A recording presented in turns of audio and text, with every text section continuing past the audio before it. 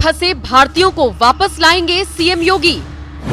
UP के इस जिले में जोर शोर से उठी मांग।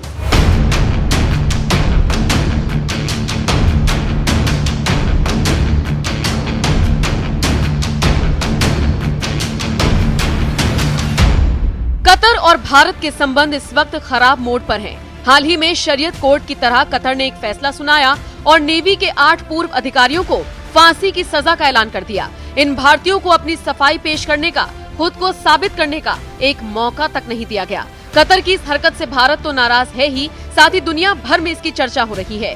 एक तरफ भारत के पक्ष में कई मुस्लिम देश आ गए हैं, हर तरफ से कतर पर दबाव बन रहा है, लेकिन देखना होगा कतर पर इसका कितना असर पड़ता है और वो कब तक अपने फैसले को पलटता है। इसी बीच अब विवाद में सीएम योगी आदित्यनाथ की भी एंट्री हो गई है। हालांकि ये एंट्री डायरेक्टली तो नहीं हुई क्योंकि ये अंतर्राष्ट्रीय स्तर का मामला है, लेकिन अप्रत्यक्ष तौर पर जरूर सीएम योगी जुड़े हैं। दरअसल जिन 8 भारतीयों को फांसी की सजा सुनाई गई है, उनमें से कुछ यूपी से भी ताल्लुक रखते हैं।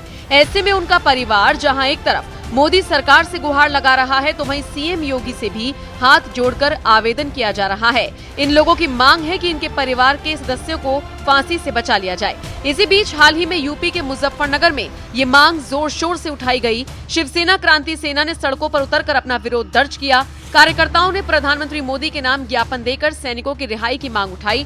साथ ही सीएम योगी से भी परिवार के सदस्यों की तरफ ध्यान देने का आग्रह किया। इस दौरान किसान क्रांति सेना के लोग भी यही मांग उठाते हुए दिखाई दिए। कतर के खिलाफ आवाज बुलंद करते करते इन कार्यकर्ताओं ने ये भी कहा कि अगर सरकार नौसैनिकों को भारत वापस लाने में नाकामयाब हुई तो और उग्र आंदोलन किया जाएगा। सोशल मीडिया पर इस प्रदर्शन की कुछ तस्वीरें और वीडियो वायरल हो रही हैं, जो कतर के खिलाफ लोगों में कितना गुस्सा है ये बताने के लिए काफी है। आपको बता दें, कतर खुले तौर पर भारत के साथ विवाद कर रहा है, जबकि वो जानता है कि इससे उसका ही नुकसान होने वाला है। भारत चाहे तो एक दिन में उसे 100 अरब का झटका दे सकता है। दरअसल हर कोई जानता है कि भारत नेचुरल गैस के लिए कतर पर निर्भर है।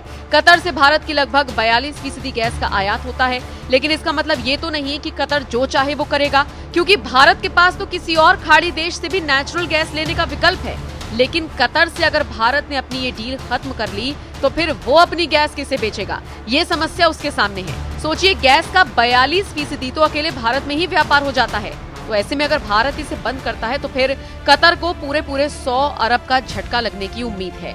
इससे कतर की अर्थव्यवस्था पूरी तरह से चरमरा जाएगी, सोने पे सुहागा। अगर भारत ने वहां पर काम करने वाले अपने सभी श्रमिकों को वापस बुला लिया तो कतर का पूरा इंफ्रास्ट्रक्चर ही हिल जाएगा।